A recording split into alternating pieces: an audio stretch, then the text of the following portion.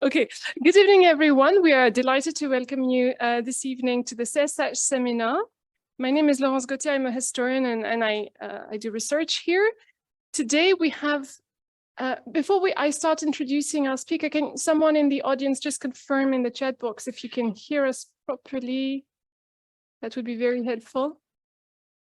Okay, great. Thank you very much. So this evening we are delighted to welcome Professor Asmita Kabra, who's a professor in the School of Human Ecology at Ambedkar University in Delhi. Prior to this, Asmita taught for 15 years at the Department of Economics at Ramjas College, Delhi University.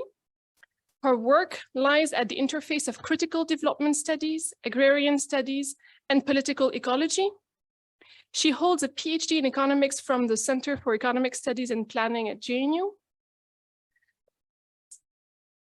I'll just move a bit. Her doctoral work, she holds a PhD in economics from the Center for Economic Studies and Planning at JNU. And her PhD work actually focused on the impact of conservation-induced displacement on the livelihood of poor and marginal Adivasi communities. This was among India's first full-length studies of conservation-induced displacement, which is also known in displacement studies as CID.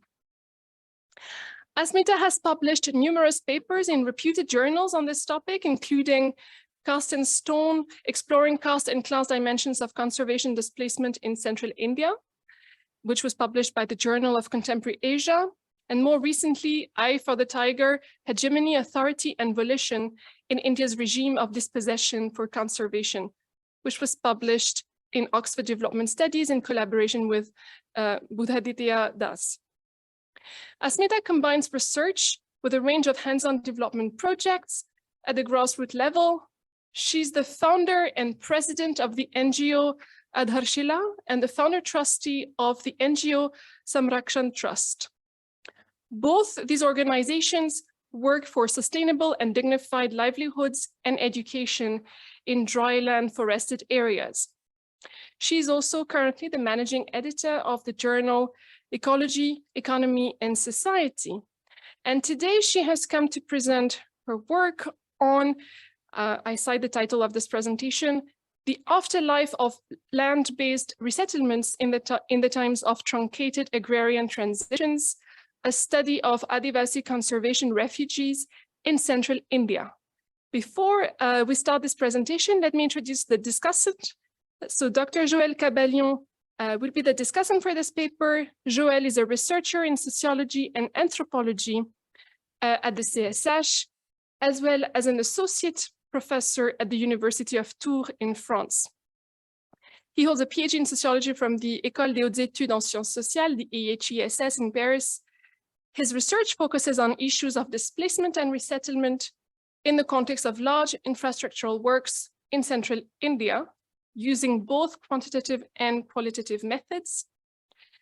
Joel's work in rural Maharashtra has also taken a specific turn with an interest for cultural goods of resistance, such as with the genesis of Ambedkarite songs of emancipation, so the Bhim Geet, a project on which he writes in collaboration with the anthropologist Julien Jugon. Alongside his research work in India, he's also published with Alex Albert and Valérie Cohen a study on the first center of de-radicalization that France opened in 2016-17 in the aftermath of the Paris terror attacks.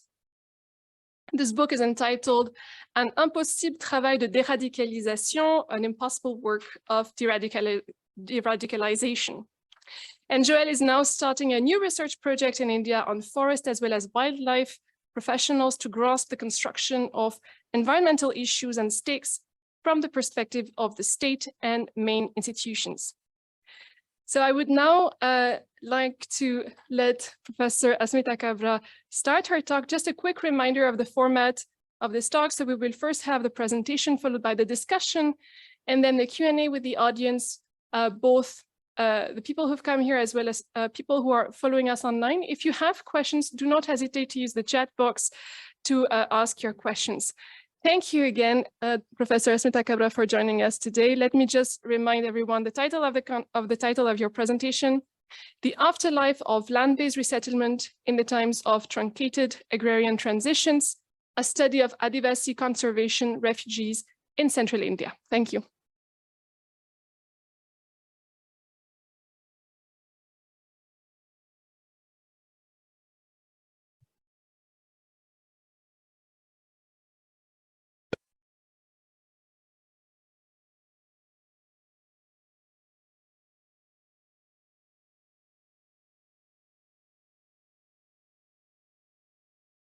Thank you very much to friends and colleagues at the CSH for the opportunity to talk in this wonderful forum. Although this is my first time at CSH, it somehow feels like I've known many people here for a long time, and it feels like a very friendly and known space. So without much ado, I think I'll just start my talk and the presentation. Okay.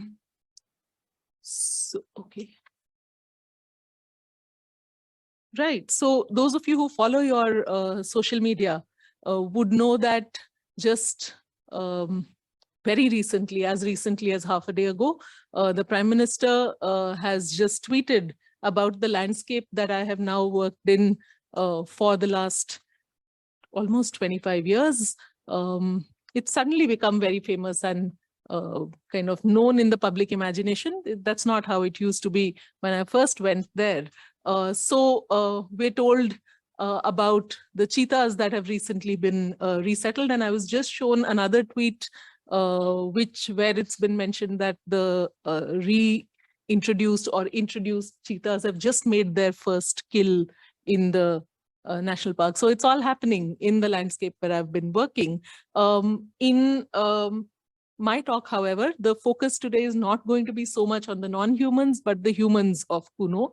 And I'd like to begin by pointing out something that I think everybody here knows very well, which is that forced displacement for public, private, or joint infrastructure projects has been a major driver of impoverishment among rural and marginal households in the global south for many decades now.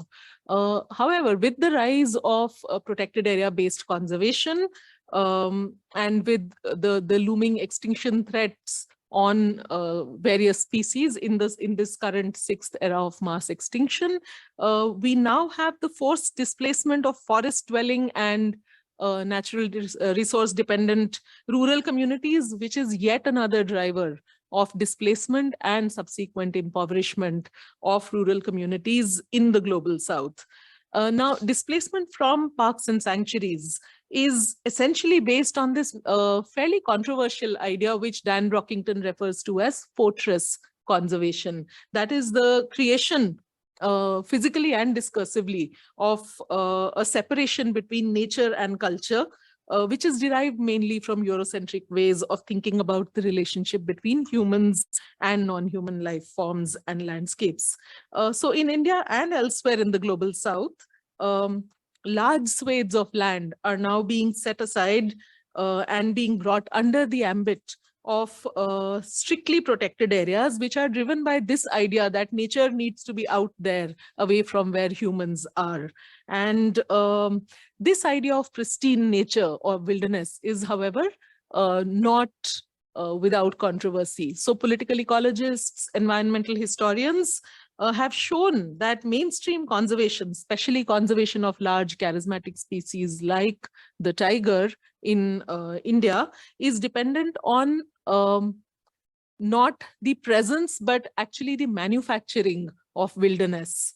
And this sort of, these landscapes where tigers and other large carnivores roam are actually manufactured as wilderness spaces by evicting and restraining access of the people, the human, and very often these are indigenous communities that have historically lived in and used these areas and these landscapes. So as Nancy Peluso and Van der Geest argue that our forests and conservation landscapes are as much political as they are ecological in their very sort of constitution.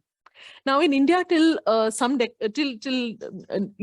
years ago, eviction whether it's for development or conservation projects, was governed by a law that dates back to the colonial period. This is the Land Acquisition Act of 1894, which did not really recognize the loss of customarily held land, nor did it compensate displaced people for the loss of livelihoods from forests and commons, nor did it make any provisions for livelihood restoration.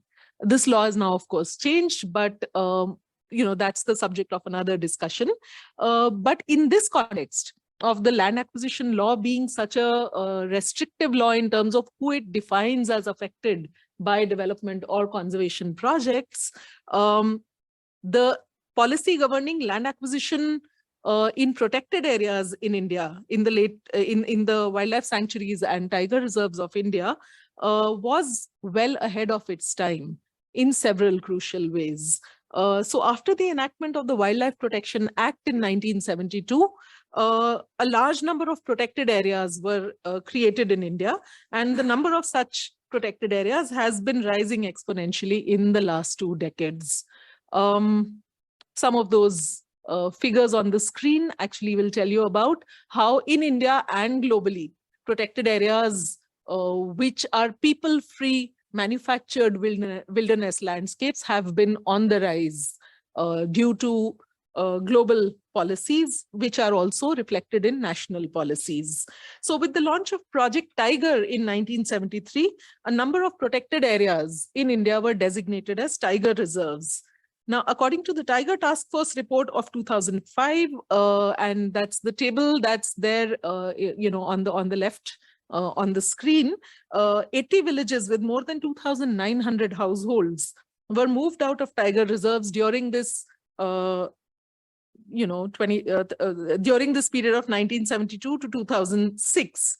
However, the terms and conditions on which these people were moved out, compensated, resettled, and rehabilitated was actually much better comparatively than, say, people being displaced at around the same time for dams or mines or other infrastructure development projects.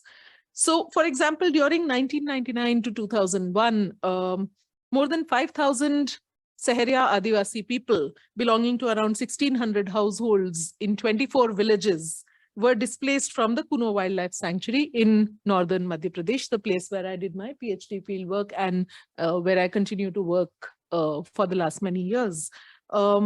These villagers were resettled on the periphery of the Kuno Sanctuary, and their resettlement was governed not just by the Land Acquisition Act, under which their land was acquired and they were paid compensation, but it was also governed by the beneficiary-oriented scheme for tribal development, a federal scheme administered by the government of India's Ministry of Environment and Forests through the Office of the Project Tiger. And this beneficiary-oriented scheme for tribal development made provisions for a package which is up there on the screen in front of you, 100,000 rupees worth of rehabilitation benefits for all displaced households.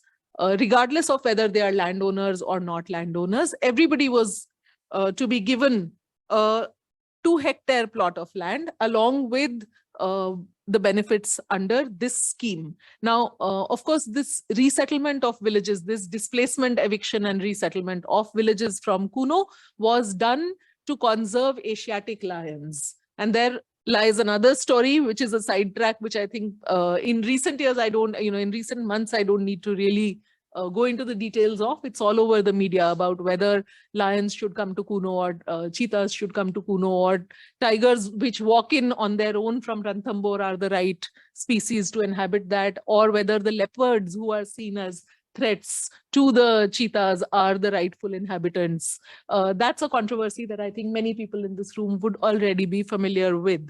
What I want to point out, however, is that the Kuno resettlement was noteworthy and ahead of its times for the reason that it provided 2 hectares of land per adult male,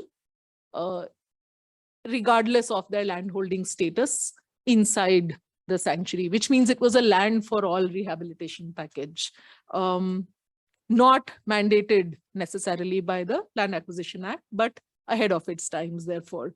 Secondly, it created provisions for improvement of the land that was given to them. The details are on the screen in front of you. It also tried to make up for lost forest access by putting in money for the development of fuel wood and fodder lots, some infrastructure development, housing for the resettlers, etc. And in that sense, the conservation displacement package implemented in Kuno has been hailed, as has the package when it was implemented in all these other wildlife sanctuaries like Bhadra, as a best practice.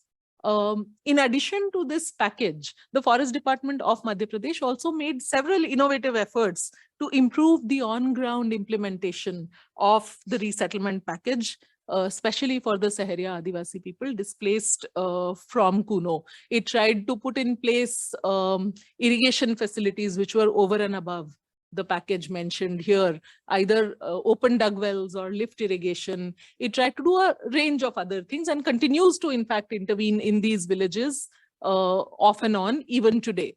So the important thing that I want to sort of highlight is that in the literature on displacement and resettlement, land-based resettlement is considered to be far superior to cash-based resettlement. It allows people it is in theory at least, it enables people to retain some links with their previous livelihood patterns.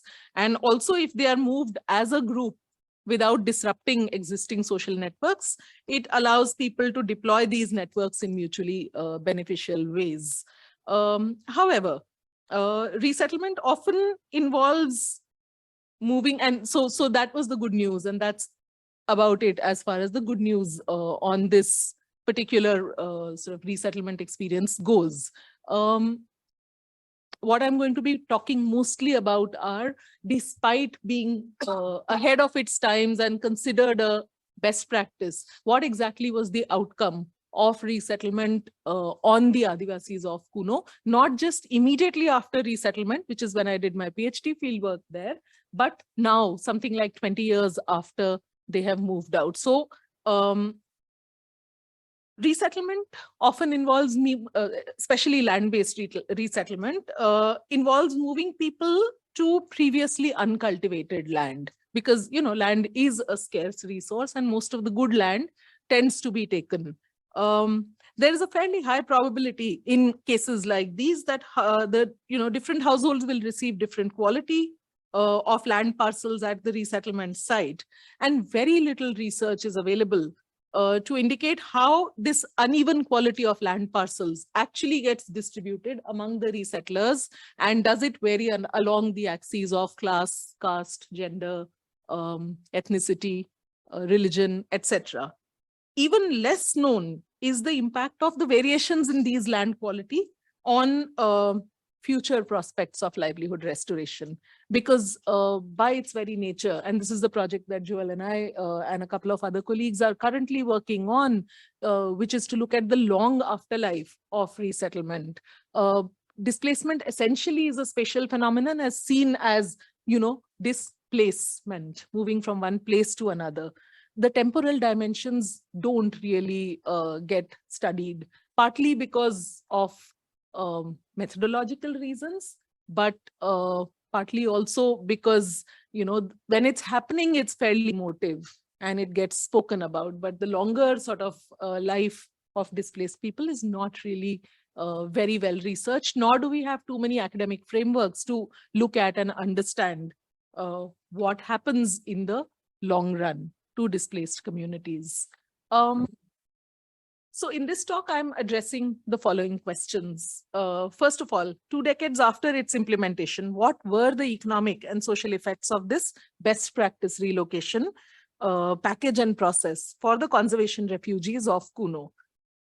How did the state address variations in land quality when it was distributing land parcels to these different villages and households within these villages? And with what results? And I'm presenting the result of my long-term research in resettled villages. So, I mean, like I mentioned, I live I've lived for a long time in those villages, and not just as a researcher, but also as a development practitioner. So a lot of the work is based on those longer term ethnographic insights, but also surveys done in 2004 and 5, which was for my own PhD, and subsequently in 2008, 12, 13, 19, and 22, as part of ongoing research with PhD and master's scholars in the School of Human Ecology at AUD. So, I mean, as the pictures there can, they're telling their own story. The land that was given to the resettlers of Kuno was previously uncultivated forest land, which was de-reserved to settle these people. And before de-reserving, just after de-reserving and before resettling people, the Madhya Pradesh Forest Department used that 36,000 rupees that was available for land development to actually bulldoze this land clear of standing vegetation so that it could be demarcated into agricultural plots. So that, I think all three images are from around 2003. And, this landscape was very, very harsh. And, the image at the bottom shows people trying to construct irrigation wells. And you will see that, just around 1.5 feet after the topsoil, you hit hard rock. And, this is the central Indian Vindhyan plateau that we're talking about. So upland, hitherto uncultivated land, which was given to people, but it wasn't as if all the land was unproductive. This is undulating land. And the villages which were relocated came out in 2 phases. And this uneven quality of land initially was not a factor that was taken into account when distributing land to people from the, in particular, resettled villages. So in phase 1, which was happening around 1998 to 99, the first few villages that came out, land parcels were allocated to each household through what we call a simple lottery system, which is basically that there's a land parcel designated for one entire village. It is bulldozed and clear felled. Plots are demarcated on that land. It could be of whichever quality. And each household head is invited to pick one number randomly. And depending on luck, the household would receive a land plot in the lower lying areas, which have somewhat more soil depth, which are close to a river or a rivulet, and therefore have access to water, or they will get an upland or bad quality plot with very little soil cover and very little cultivation potential. So we refer to this method of land allocation as a risky lottery, because it was a matter of chance whether you got a good plot or a bad plot. In the second phase, when the villages were coming out, which was around late 1999 to 2001, the Forest Department, learning from the problems of the safe lottery, decided to take land quality variations into account and designed a different kind of lottery. So what they did was that total farmland for every village was divided into 2 distinct parcels, the upland or the bad plots, which was the larger chunk of the land, and the lower lying or the good plots. And each household was then asked to pick 2 numbers, one from each parcel of land. So they got 2 distinct land parcels, one near the river, low-lying land, and one in the uplands. They call it the Kachar and the Dane ki Zameen in the local language. And each household therefore received 2 distinct packages of land, of which the smaller lowland plot was of relatively good quality, adjacent to a river rivulet with some irrigation potential. And we refer to this as the safe lottery, because at least each household had at least a small parcel of cultivable land in this particular land distribution scheme. So what we tried to do in our research was to try and see whether this safe or risky lottery has had any long-term impact on how people's livelihood trajectories have played out. And based on the research done between me and my students, I'm just trying to put up here a little comparative slide of what happened between the safe and the risky lottery. So you would see that, I'm not putting up the numbers and the calculations here, just an overview.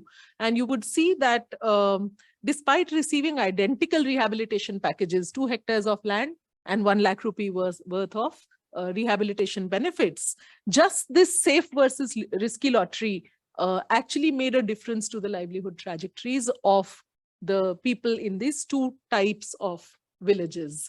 And we found that around 20 years after displacement, the risky lottery created far more unequal outcomes as expected, while the safe lottery created somewhat more equal outcomes in terms of overall income, but especially agricultural income. In the risky lottery villages, very importantly, even people who had good quality low-lying plots were not cultivating land mostly by themselves. They ended up, because they didn't have the resources to cultivate contiguous plots of 2 hectares lands in terms of irrigation sources, the money to set up diesel pumps to lift water from the river, tractors for plowing, etc. So they ended up getting into sharecropping arrangements, mostly with upper caste farmers of this region or from outside this region. And so what they grew on this land depended on the sharecroppers. It didn't really depend on them. Whereas in the safe lottery villages, people tended not to give the low-lying plots, the lowland plots on lease. They tended to cultivate them on their own. Now, these are very small plots. There typically would be 2 bighas out of the 9 bigha, which constitutes 2 hectares. But those small plots were used to grow food crops, bajra, pearl millet in the monsoon season, and wheat in the winter crop.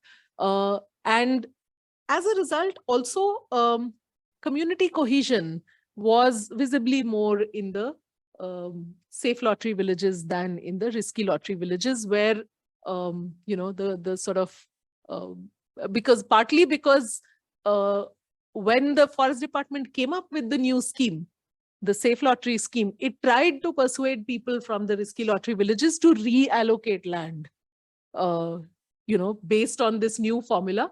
But the ones who had got good quality land flatly refused. And that kind of broke the cohesion in the village in very, very sort of long-term ways. So that seems to be, so it clearly appears from this that there is scope to improve household livelihood outcomes, even in an overall sort of situation which is not very nice, through these very site-specific innovations and best practices.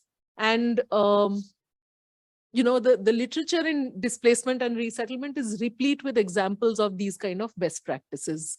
The assumption is that if only we were, to be able to identify these best practices and then replicate them across other resettlement sites, better outcomes can be obtained.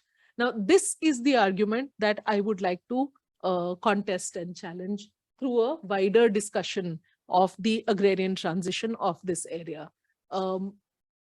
Yes, there is a visible difference between the safe and the risky lottery villages.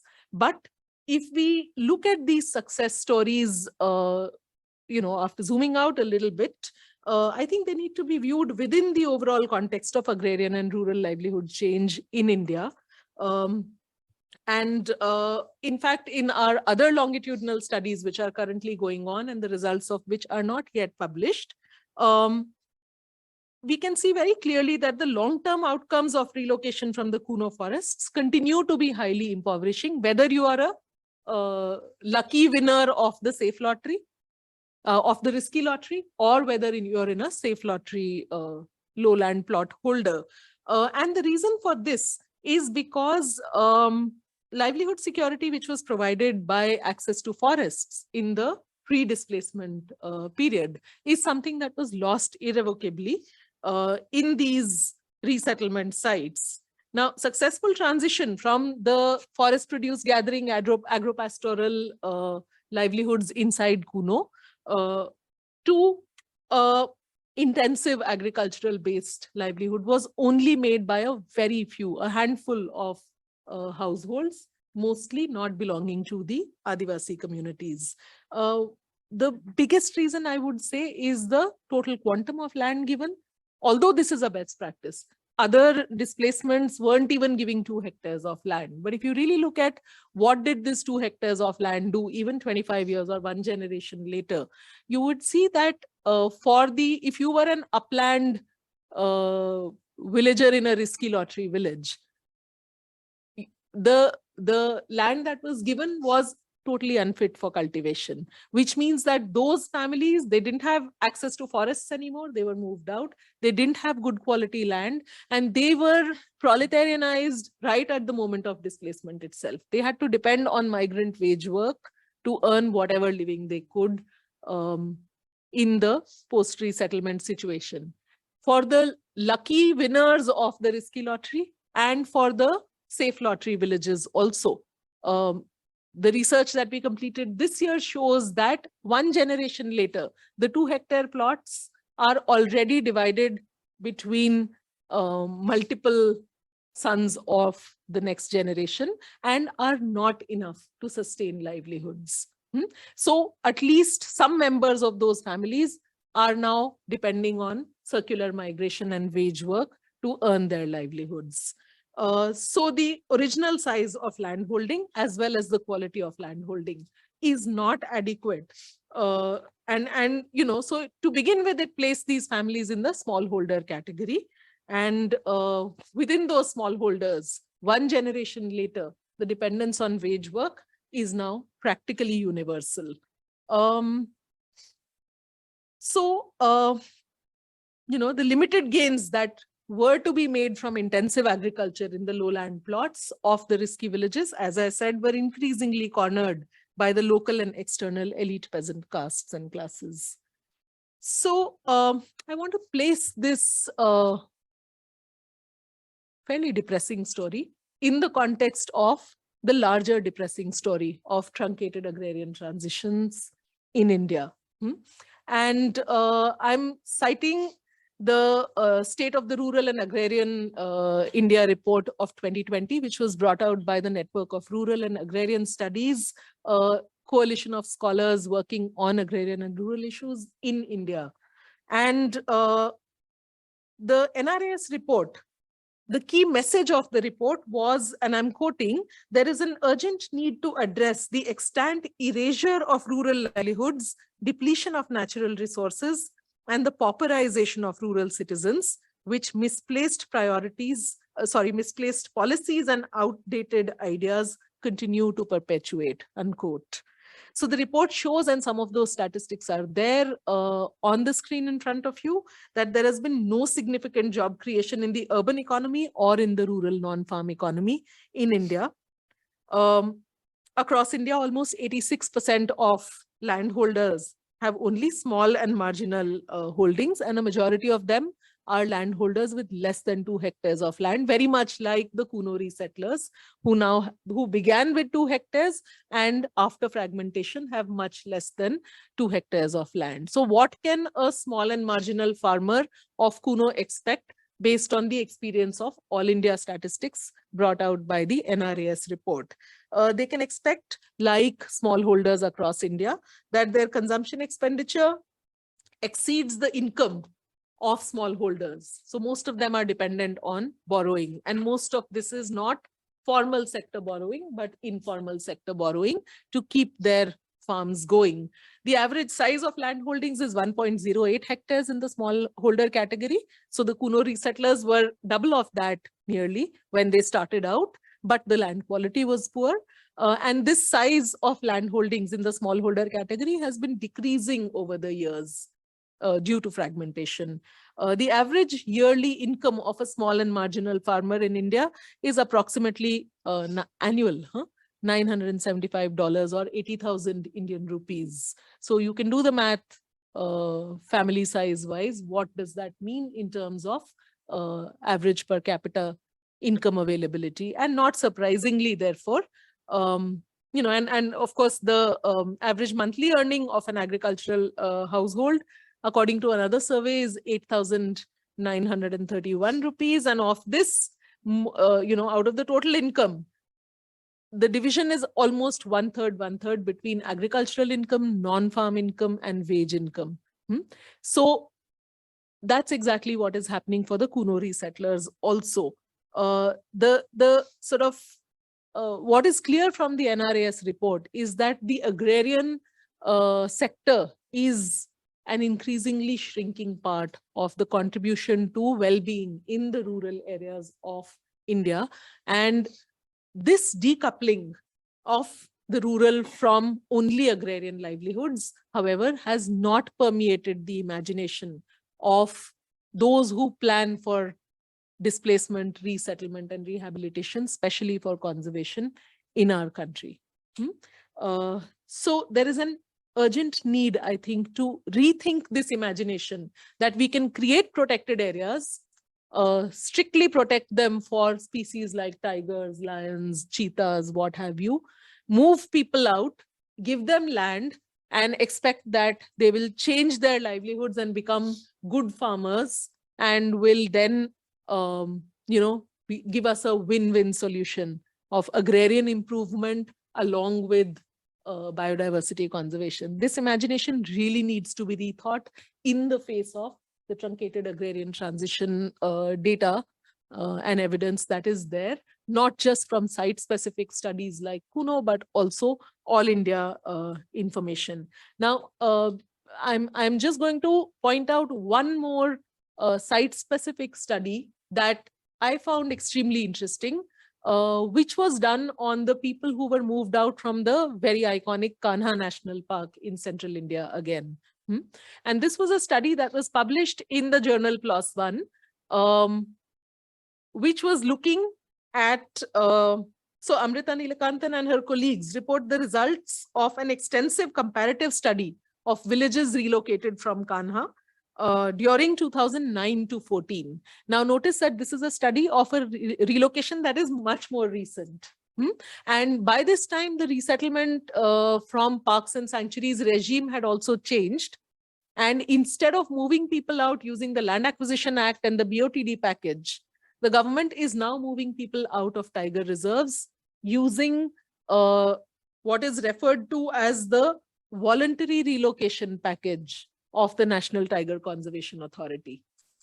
So the argument goes as follows, that these are people who have been historically marginalized in forests. Most of them are living miserable lives there, and they want to move. And because they want to move, we don't really have to acquire their land by force.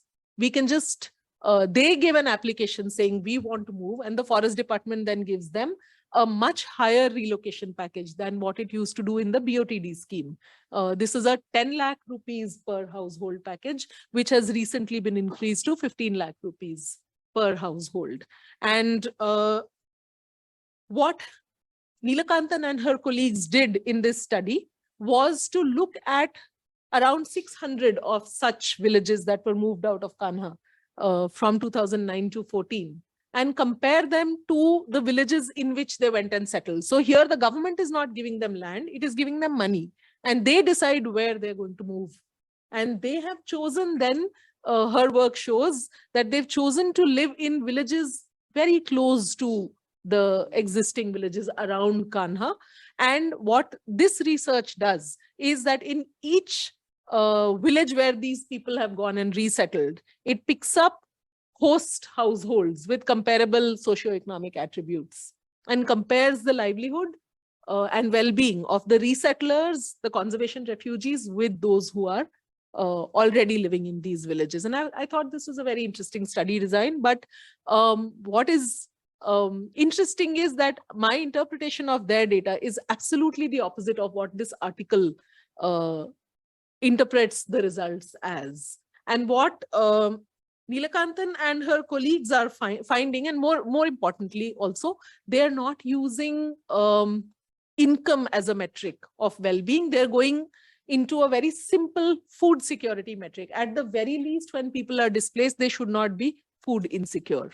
And what they do is to use the FAO's methodology for food security, food consumption score calculation to study the displaced versus the host households, the voluntarily displaced Kanha households with the host households. Now, their key findings are worth examining in depth, since they highlight, I think, the perils of the truncated agrarian transition among rural Adivasi communities of central India.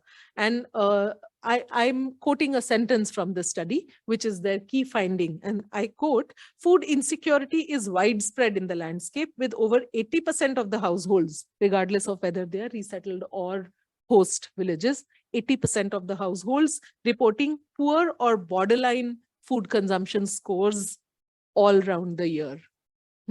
Unquote. So it is important to note that this study was carried out on households which were voluntarily relocated.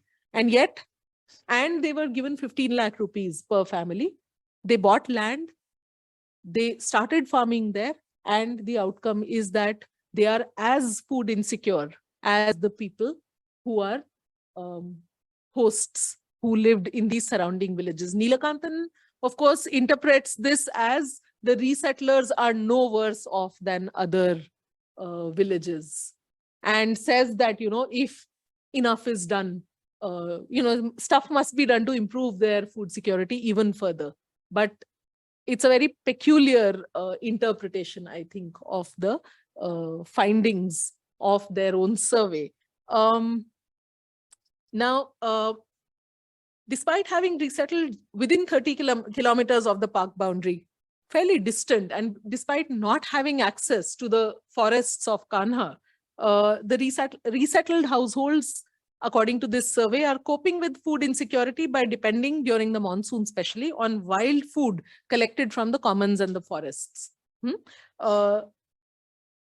They also, these households have therefore not been able to replace their lost livelihoods, agrarian and forests, by other more meaningful livelihoods. Resettled households of Kanha, like their impoverished Adivasi counterparts on the forest fringe, I argue, were unable to find good economic opportunities, and they're living in conditions of severe to borderline food insecurity, despite receiving a supposedly generous relocation package, which they have not been able to convert into meaningful non-farm or farm livelihoods. And I think the reasons for that are structural, as highlighted in the NRAS report. So I would want to sum up with a few observations about this model of conservation, which operates through this supposed win-win of giving people agrarian livelihoods and freeing parks from human disturbance. The afterlife of displacement and resettlement, I believe, is shaped by a complex interplay of various kinds of structural constraints, but also site-specific historic conjunctural factors. However, the overall picture for conservation refugees continues to be grim. Livelihood trajectories of land-based and forest-based communities, when they suddenly lose access to their forest homes, typically consists of, number one, impoverishment, widespread impoverishment, and secondly, widening inequality because of intimate exclusions within these communities. So based on existing inequalities of caste, class, gender, etc., some people corner whatever limited gains are available at the cost of others. This reminds me of Tanya Lee's work on centering labor in the land grab debate, where she argues that livelihood outcomes for displaced people depend on whether their land, of course, is needed either for development or for conservation. But what about their labor? Is their labor needed or not needed? Now, clearly their farms are not adequate to sustain them after resettlement, just one generation later, which means that their labor, which is now superfluous to the tiny unproductive land parcels they typically receive, is then channeled into circular migration and wage work, which cushions their distress to some extent, like it does for the rest of rural India, 35% of income coming from wage work. But as we saw during the lockdown and as we are seeing during the recession, any sudden economic or other kinds of shocks like the pandemic, severe droughts, etc., mean that this dependence on wage labor is extremely precarious, and it comes with its own set of risks and vulnerabilities. So I would like to say that this idea, this very simplistic techno-managerial idea that we need to just find the best practices and then implement them on ground, and then we will be able to resettle people better, is an idea that really, really needs to be debunked. Large-scale resettlement, in my view, just does not work. It's a controversial statement, but I think I will buy now. I mean, the bulk of evidence is that it does not work. We pick up a few case studies of small scale, short-term gains, and then project them in the hope that this is going to be the larger scenario. It does not work. The typical policy response to the irrefutable evidence of conservation refugees going through distress is to suggest and implement various kinds of livelihood improvement activities. In Kuno, for example, the Prime Minister inaugurated a skill development center on his birthday. There is also talk about, in the Cheetah report, the Cheetah sort of action plan, there is mention of how the arrival of the cheetahs is going to improve ecotourism livelihood opportunities for the resettled villages. Nothing is being done on the ground to actually make this happen. And in the meantime, the last remaining village in the expanded boundaries of the national park is currently in the process of being shifted out voluntarily with this 15 lakh package onto land which is replicating the story that the earlier resettlers moved for the lions have already experienced.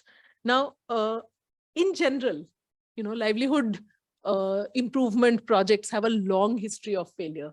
From the integrated rural development program of the 1970s to waves after waves of these, programs, there's a history of failure. So we really need to think about, and I'm not going to talk much about it unless there are questions, but we really need to think that, if failure is so prevalent, why do we still keep going with these solutions? And I think the answer needs to be found in what else do these projects do apart from failing, as James Ferguson argued in his very famous work. And so, the territorial instinct in the name of conservation is something that needs to be examined beyond this best practice kind of discourse and win-win solution discourse. At the very least, I mean, if people have to be moved out, at the very least, we have to talk about giving land parcels that are much larger than the 2 hectares that we seem to think is, adequate. Others have argued, for example, proponents of the convivial conservation school of thought argue that people who are giving up their land or are living in conservation areas deserve a conservation basic income for having kept those landscapes intact or for leaving their homes for charismatic species. This is another thing to think about. But for me, most importantly, given the experience of Kuno and the debates around the dubious sort of justifications given for moving people off of their land, such kind of unnecessary, scientifically dubious fortress conservation plans need to be stopped from taking off in the first place. Thank you.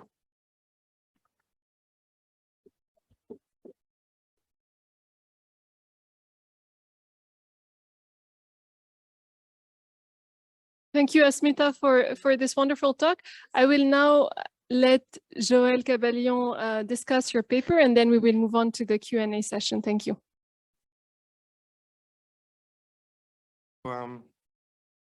Thank you, Asmita, obviously, for this, first of all, for accepting to hold this talk today and to present your very long work, I mean, longitudinal work, I should say, methodologically, to be more precise. It's very enriching and stimulating for me on many accounts, obviously, because I've been myself involved in this kind of work, but also because I don't have a similar long experience as long as you have. And it's, it gives me a lot of perspectives and a lot of roads to, continue exploring also for my future work. So, I mean, I'm very happy to have been able to listen to you today, although we've already engaged, obviously, with each other's work on different accounts. So as you mentioned, it's nice to evoke it again. We've been engaged in a collective project that is going on, and it resonates, just to repeat it again, with the title of today's presentation. It's called After Displacement, just to put it briefly. You know, I'm not, of course, developing the rest because it's not yet come and it's about to be more worked on. But after displacement, again, as an idea that we cannot continue to just focus on displacement per se, but we need to look at this afterlife, or you know, at basically what happens after this important and obviously very, very emotional also, but very structurally disturbing moment of rupture. So displacement is not just a moment of rupture, as you obviously in your different papers reminded, but something that continues and unravels and basically unfolds itself in very different dimensions. So my discussion will attempt to dwell upon some few points only that are sometimes extracted out of the reading that I've had of your papers, and sometimes basically just trying to respond to what you've said today in resonance with what I obviously know and have done myself around the displacement and resettlement of the Gozekord Large Dam in Vidarbha, which is a region where we mostly talk of OBC and SC castes and very few Adivasi scheduled tribes people. So it's at the same time very similar in terms of the results and what you've been able to show and, you know, kind of insist on, which is very important, particularly, you know, in the face of what public policymakers often say. Success stories is what they usually talk about. But again, it has some few differences, and I wanted to also be able to address some of them. So maybe to begin with, but I won't be long because I also want to give some space to the floor. There are three major points that I'd like to highlight in your work that, according to me, deserve to be discussed and to be deepened, maybe with further questions or examples. One of them is, and I think that's something that is very important in the center here in the view of the different research that are undertaken, is the issue of social differentiation to start with. And here I'm in particular, I mean, you talked about it to some extent today, particularly in the face of what you've called, you know, safe lottery, risky lottery, and you've not really developed what you can probably do in your answer. What you have very well spelled out in your article, Cast in Stone, and probably in other works, you know, an article that has, to quote, you know, the full title of Asmita's article, Cast in Stone, interrogative point, exploring caste and class dimensions of conservation displacement in central India, which brings us to this idea of the truncated agrarian transitions and to many different debates that we are not going to dwell upon here today between, you know, agrarian populism and other kinds of neo-Marxist trends, analytical trends today. I've read also, because I think it's important, some other papers from you, one being a chapter that I think you wrote in the book by Michael Chernea and Amaldo, and one that is actually also co-authored with Aditya, who's with us today, on global or local safeguards, which is also very interesting because it's a social impact assessment and it's insights basically from an urban Indian land acquisition. So it's maybe important for everyone to know, but Asmita has not just worked on this Kuno scenario, but has also, you know, gained tremendous experience in different projects, including here in the Yamuna Bank, for example, that is very well analyzed in this paper. So the issue of social differentiation, particularly between caste and Adivasi social groups in the farm forest frontier, as you often refer to, is something that brings us to the theme of social inequality. So you've insisted a lot of this idea of agrarian transition, truncated agrarian transition. Could you tell us maybe a bit more, you know, that would be one first question, you know, about this issue of social differentiation and how you analyze it? You know, I mean, I've for very long been involved in trying to understand methodologically, how should we analyze impoverishment? That has been, for example, a theme I was very much engaged with, including personally in my conversations with Michael Chernea, because I would, you know, often talk to him.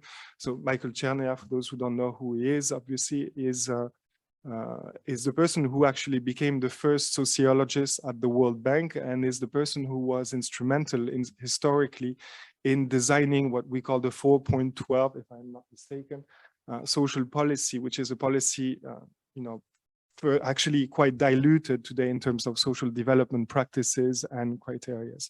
So this idea of impoverishment in displacement is something that Michael Czernia has developed a lot, and yet is something that I have often had the impression, and I wanted to know what you thought about this, that it's not been methodologically well proven or demonstrated. And I think when we're social scientists, we should also sometimes hold this conversation about how do we address social inequalities, how do we show these particular phenomena, and how do they actually unfold, So the idea of social differentiation is obviously very, very common and very well known in India. We're facing a caste hierarchical structure, and we know there are abysmal inequalities in this country. Yet, in the context of displacement studies, to put it briefly, I've often had this impression. I mean, this is obviously an argument that we've developed in this special issue that we're about to write, which is the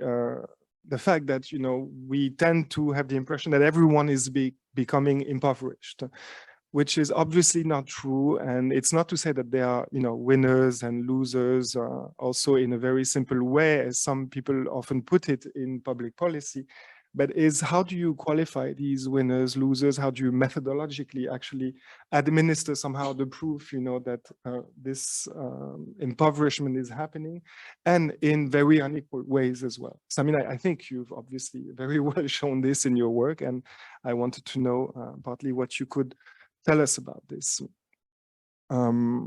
One particular interesting debate that I also would like to refer to is the one between Lee and Kelly that you refer to in your article. For example, that brings us, to the understanding of agrarian debates. The fact that Tanya Lee Murray, for example, argues that conservation displacement confounds the notion of accumulation by dispossession, since it takes land out of the production process and creates, I quote, the ultimate non-commodity, unquote. And Kelly, 2011 article, I believe, argues that primitive accumulation still can result in delayed wealth creation, whether it's ecotourism or different kind of projects, and can be accomplished without recourse to violent means. So I wanted to know where you actually stood, because you somehow refer to this debate, and I'm not quite sure that I have been able to conclude where you actually stood between Lee and Kelly on this debate, because it's a very known debate, as some of you probably know, that brings us to David Harvey's work, for example, and the famous, ABD expression of accumulation by dispossession. So is there any accumulation by dispossession in Kuno? Does this actually amount to some process of ABD, to put it briefly, as the acronym stands? So, we know it's a moment of rupture, but is this also a moment of accumulation for some? And not just, I'm saying, for, maybe higher caste people coming from outside who are going to benefit from the establishment of, ecotourism parks or hotels, resorts, and whatnot, but the people themselves, who are faced by this project, which brings us back to the first question of social differentiation. And obviously, this comes in the picture in the context of what you yourself wrote, which is the impact of dispossession, something that I've been very well also trying to study, is, the impact of dispossession, as well as local people's responses to it, are contoured around age, caste, class, gender, and ethnicity. And I think this has been very often overlooked, because displacement has usually been understood as a very kind of massive, impoverishing phenomenon that is difficult to question, unless, of course, you're a policymaker that needs to look a little bit at some of the details. So that would be one particular point. I'll go very quickly to the other 2 points, because I think it opens a very larger debate, but you also had another slide that you finally didn't necessarily mention, but that will be the third point. The second point would be in relation to some of your articles about local or international safeguards. So what would be your way to answer to this issue today between not social local safeguards and international social justice safeguards, but actually how do you arbitrate between conservation related safeguards and social justice related safeguards? That is, how do you actually manage to mediate, between these two very opposed kind of principles, although they should not be opposed. As you say, there is some kind of adversarial relationships between conservationists and social scientists,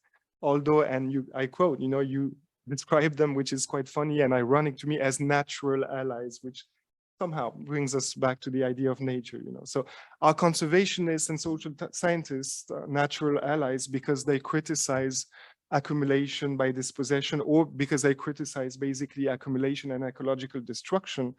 And how do you mediate between these two different groups of people?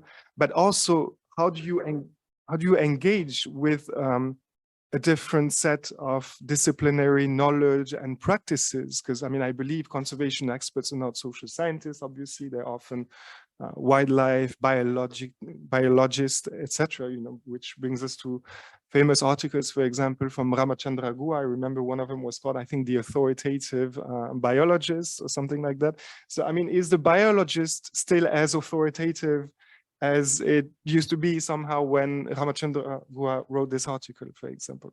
The third point, so that would be the question of safeguards. And the third and last point would be about the understanding of how we discuss nature. And you mentioned it in the beginning of your presentation, though you didn't develop it in the end as I initially thought you would do, which is how do you engage yourself with conservation, both at a specific site of knowledge on an epistemological basis, I guess, as well as a site of struggle and contestations, because you are yourself saying that maybe it should stop, I guess, somehow, which is a controversial statement altogether.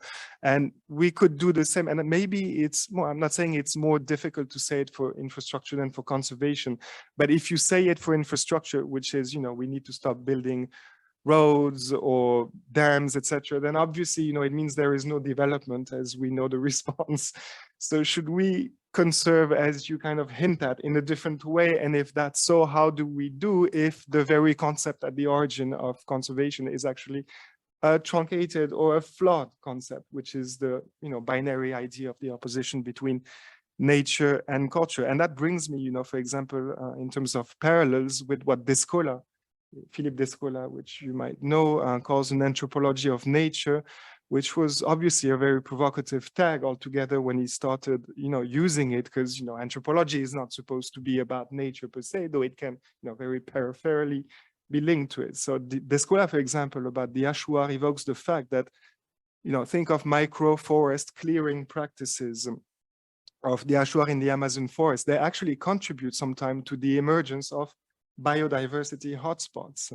So slash and burn agriculture, agroforestry, or the transplantation of forest plants in gardens results in a profound transformation of the floral composition of forests, and not necessarily in something we usually see as degradation. So how do you engage with that body of knowledge, and particularly, I guess, with the idea of nature in the whole?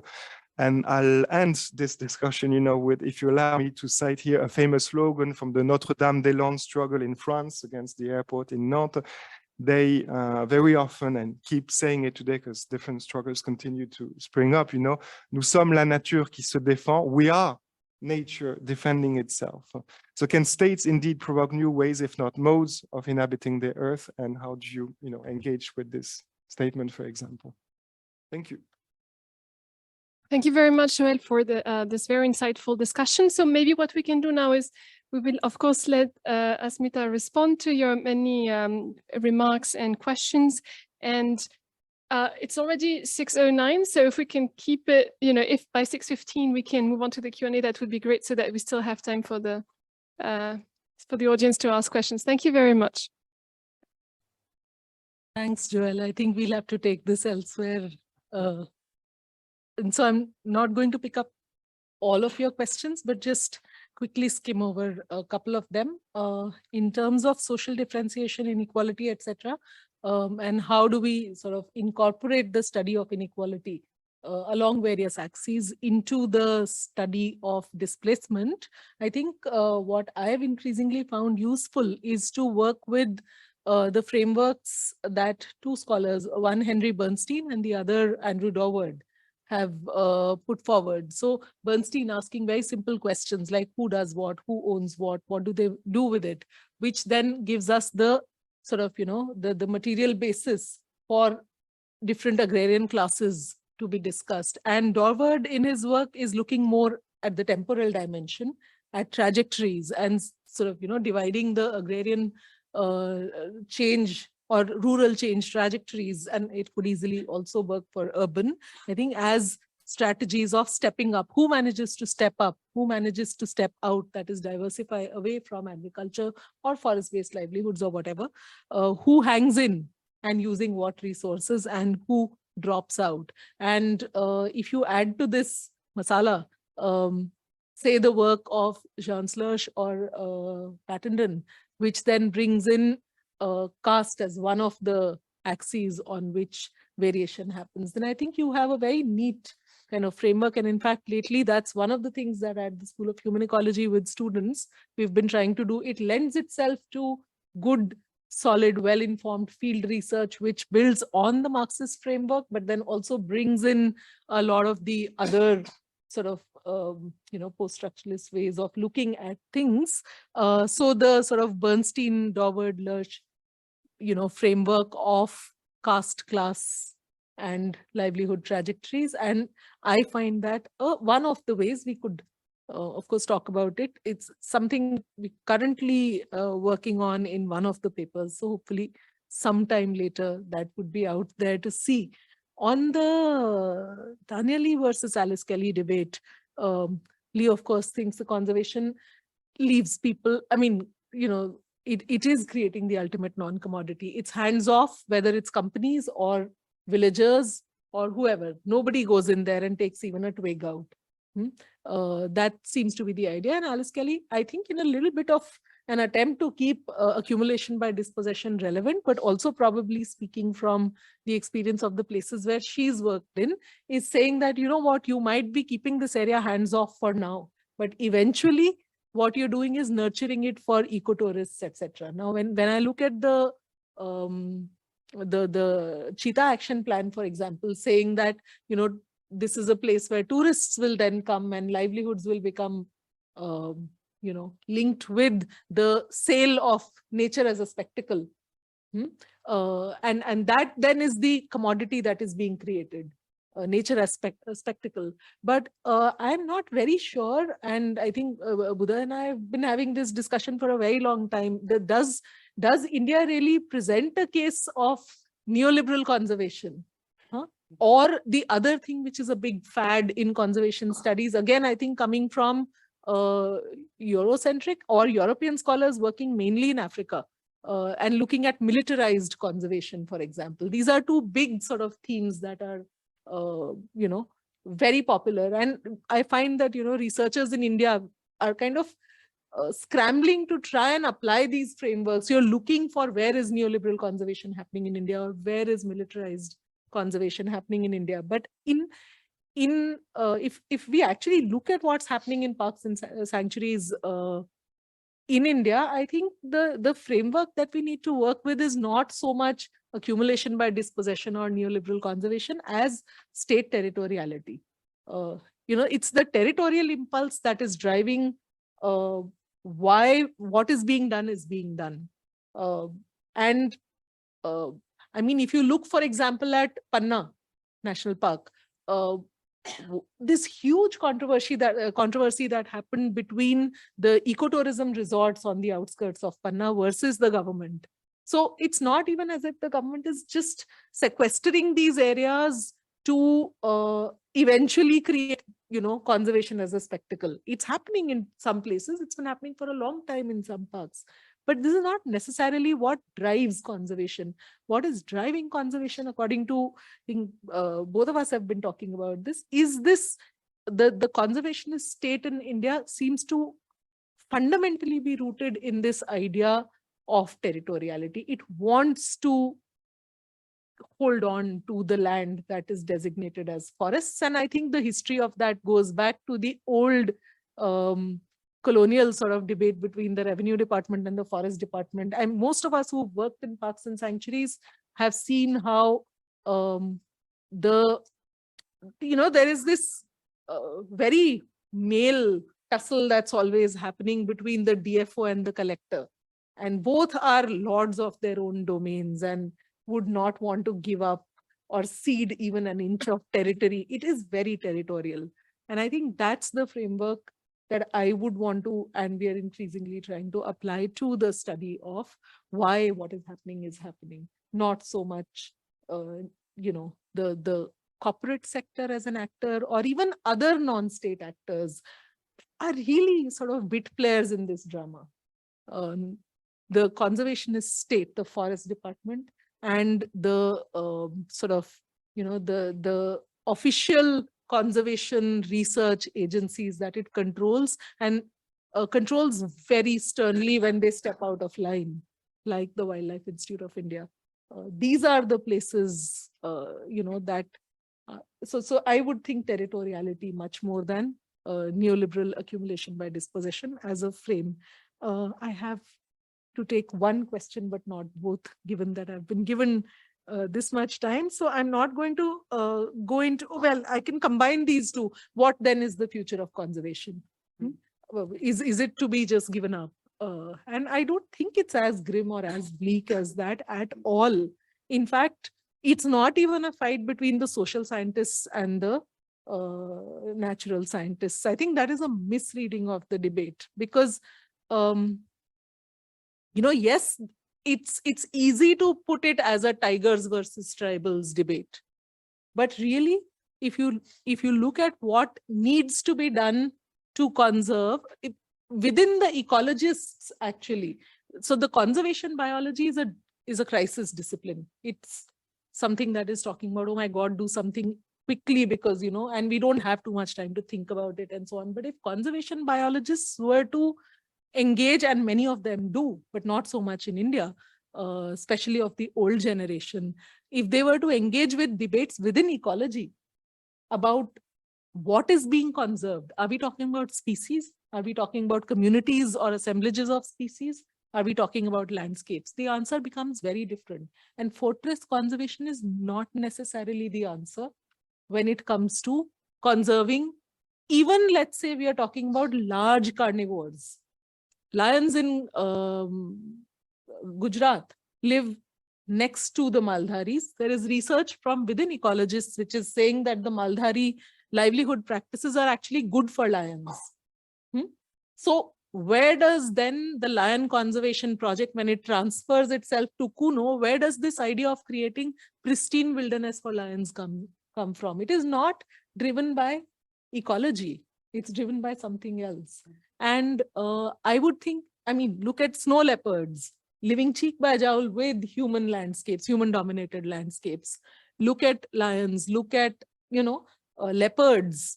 Vidya Atreya's work, which is showing that leopards actually prefer leopards which are relocated to sanctuaries, rescued from human-dominated areas and put back in sanctuaries, are traveling 300 kilometers to come back to that farmland because it wants to pick up dogs and, little cattle. It's simply how much energy are you spending versus the calories that you're getting.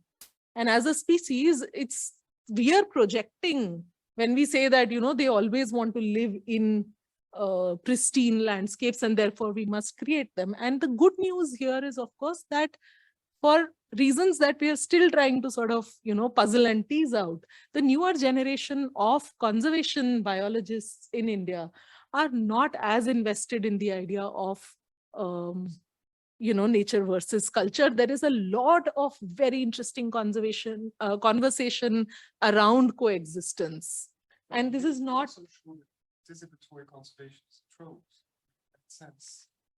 Well, yes and no. So look at, for example, Rashmi is here, who's worked with conservationists who have tried to look at elephants in human-dominated areas and tried to say, however much you fence, the elephant would want the very energy-rich food that the farmer is growing. The conflict is right there.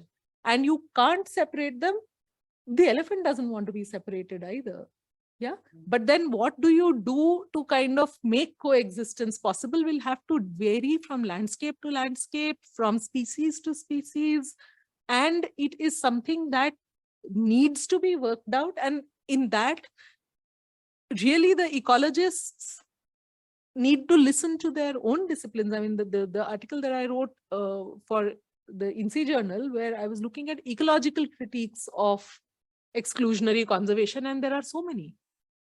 So, you know, the idea of, what convivial conservation, or, well, okay, I might as well put up the slide that I didn't, right? So new conservation, which is talking about the earth as a rambunctious garden. Let our protected areas become a little more human, and let our cities become a little more wild. And that's the way forward, as opposed to this other proposal of half earth, set aside 50% of the planet as pristine, and which 50%, no prizes for guessing. Yeah. So I think that there is, but the thing is that it's not, half earth came up as a proposal only when conservationists and ecologists started talking about new conservation. That is when the real sort of, ruckus started happening. They came back. The pushback was with the new, the half earth proposal. But I think there's a whole lot of middle ground available.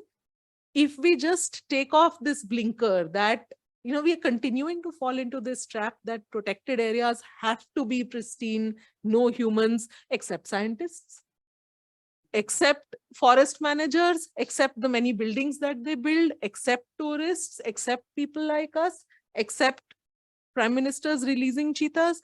The only people free landscapes, the only people that we want to free them of are forest dwellers. Now, that doesn't make sense to me. But the crazy thing is that the narrative is internalized even by the people who are displaced due to it. So my friends from the displaced villages signed up to become cheetah mitras, friends of cheetahs.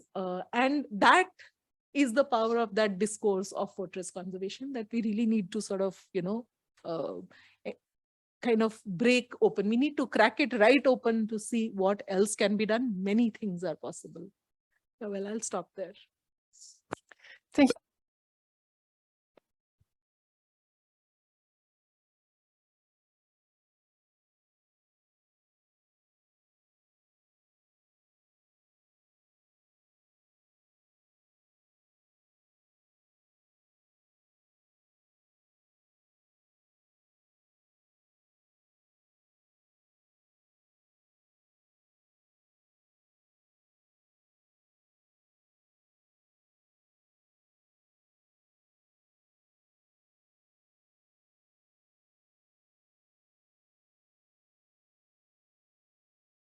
So I'm Sugandha. I'm an assistant professor at OP Jindal Global University.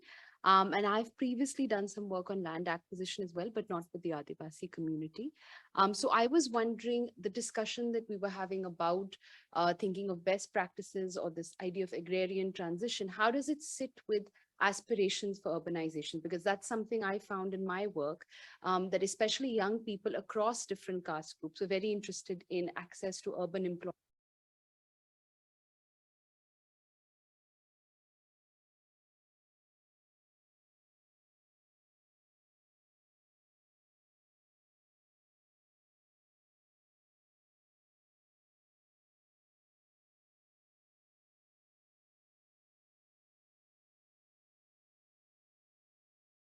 Maybe we can take a few questions together so that, we have.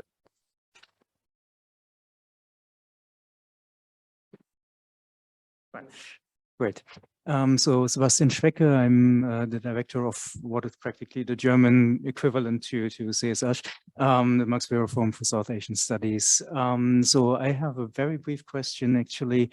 I don't know your context that you're working on, but what you weren't talking about at all actually is prior stratification and what happens to that. After all, I mean, if there is any stratification in the resettled, in what was there before the resettlement, basically, this is one of the biggest ruptures that actually would happen. And I wonder how whether and how, if so, the prior stratifications would then re-establish themselves, reproduce themselves, whether that actually could explain some of the outcomes that you are seeing, that you described.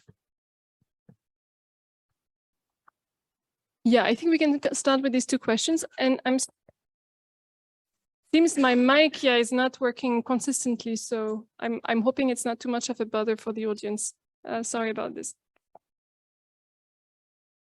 Right. Sugandha, thanks for that question. It's something that I wanted to dwell on a little, but didn't have time. So aspirations for urbanization. And it's indeed true that in community after community, that is, faced with these sort of livelihood options of whether to stay or whether to move, aspirations of urbanization play a part. So Kriti Karant and her colleagues did this study of voluntary displacement and found that indeed, people want to move because, and especially younger people, because they want to look at, not just all the material benefits that cities and city-based livelihoods, urban livelihoods bring, but also the sort of, what is thrown at us all the time in terms of what do cities stand for. But I think that, while I will definitely grant that a lot of the idea of volition gets complicated by this aspirational element, but and many scholars have talked about this, that this is why displacement doesn't really require the kind of brute force that at one point of time it used to require. It gets done hegemonically because of these aspirations. The question is simply this, that are those aspirations met or not met? And what I was trying to show through this business of truncated agrarian transitions is that those aspirations are there and they are systematically unfulfilled. And yet, because there is no other alternative, therefore, you keep having these waves of migrations. Now, what is the answer? I think the answer is for us to really imagine what do we want our villages to look like? And I think that's a question that from the 1950s, when there was a very modernist imagination, we want our villages to be, dwindling spaces, and we want modernity and industrialization, etc., to happen. We don't really have an articulated vision of what villages should be like, which aligns with these young rural people and their aspirations. The ones that we have are more eco-romantic.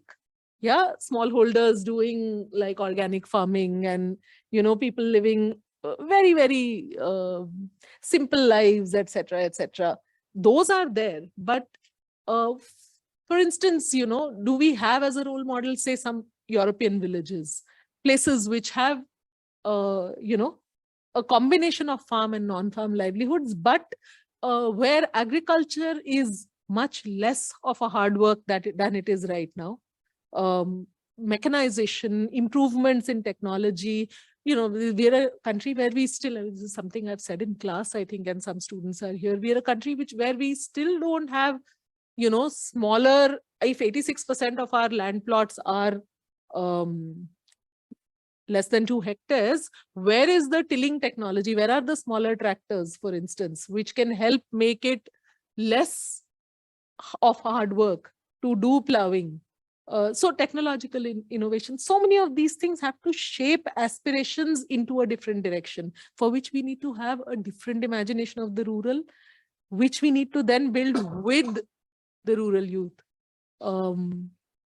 But I don't think we're doing that. We're giving them, either stay in misery or, hope for urban migrant lives with all its precarities. That's not really a choice that should be given to anyone and then said that this is volition.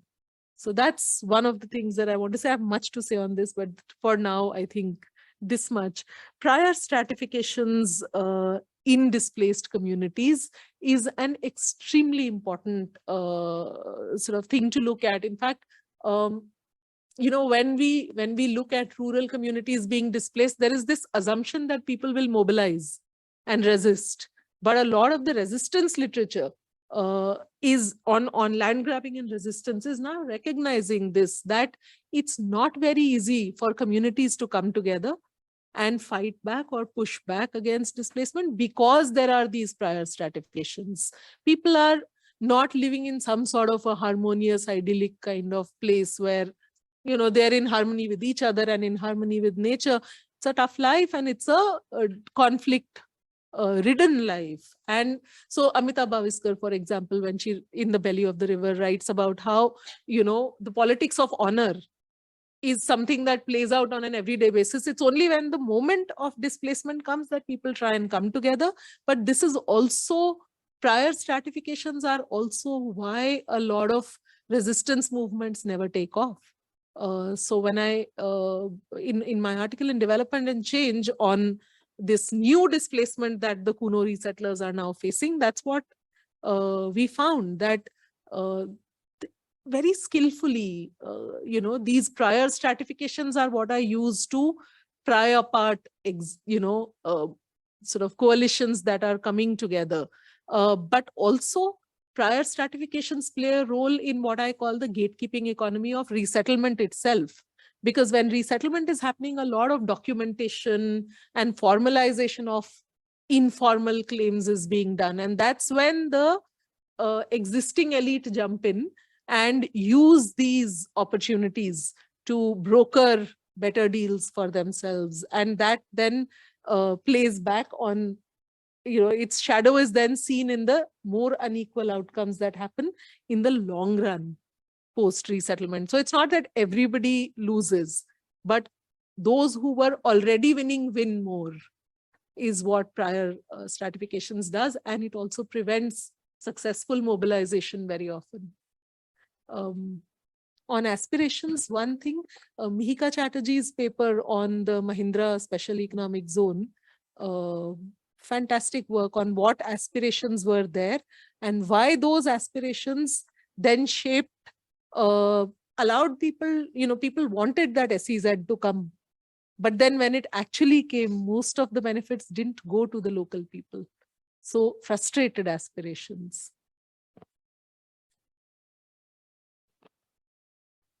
Thank you. So it's already actually, okay, so it's now time to close the session. Thank you again, Professor Kabra, for joining us today, for presenting your very insightful work. And thank you, of course, Joël, for your very in-depth discussion. We look forward to meeting you next month for our next CSH seminar session. Yes, please join us again next month.